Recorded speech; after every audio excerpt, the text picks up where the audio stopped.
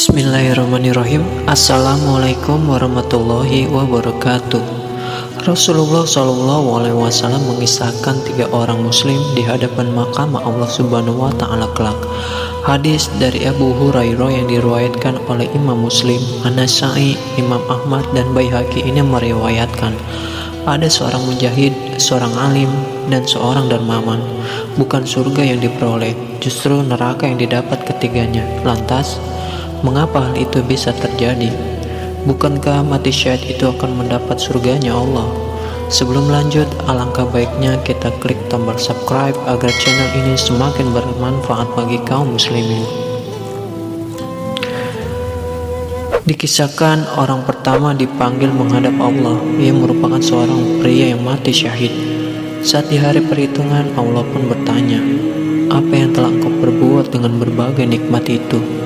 Mujahid itu pun menjawab, saya telah berperang karenamu sehingga saya mati syahid. Allah Ta'ala pun menyangkalnya, kau telah berdusta.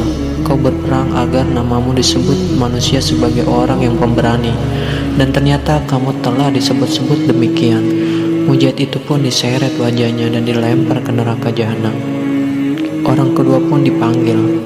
Ia merupakan seorang alim ulama yang mengajarkan Al-Quran pada manusia. Seperti orang pertama, Allah bertanya, apa yang telah engkau perbuat dengan nikmat itu?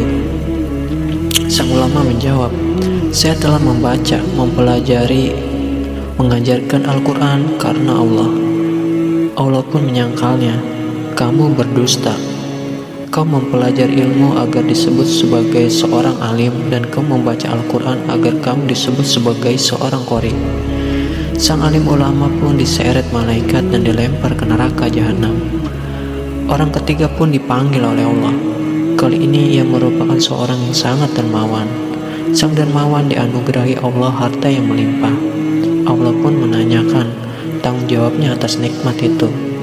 Apa yang telah engkau perbuat dengan berbagai nikmat itu? Sang dermawan menjawab, saya tidak pernah meninggalkan sedekah dan infak di jalan yang engkau cintai, melainkan pasti aku melakukannya semata-mata karena engkau.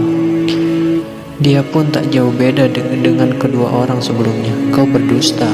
Allah SWT pun menjawab, kau melakukannya karena ingin disebut sebagai seorang dermawan, dan begitulah yang dikatakan orang-orang tentang dirimu. Sang dermawan yang ria ini pun diseret dan dilempar ke neraka, bergabung dengan kedua temannya yang tadi.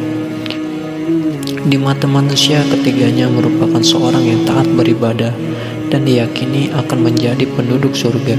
Namun hanya Allah yang mengetahui segala isi hati para hambanya. Wahai sahabat yang beriman, niatkanlah segala hal yang kita lakukan karena Allah, karena di akhirat nanti mulut, kaki, tangan, dan segala anggota tubuh kita akan berbicara tentang apa yang kita kerjakan sewaktu masih hidup di dunia. Kita pun tidak bisa berbohong ataupun menyangkalnya. Begitulah kisah kaum muslimin yang diseret Allah Subhanahu wa Ta'ala ke dalam neraka. Maha suci Allah yang Maha mengetahui. Mudah-mudahan kita bisa mengambil hikmah dari kisah ini. Wallahu a'lam bishawab.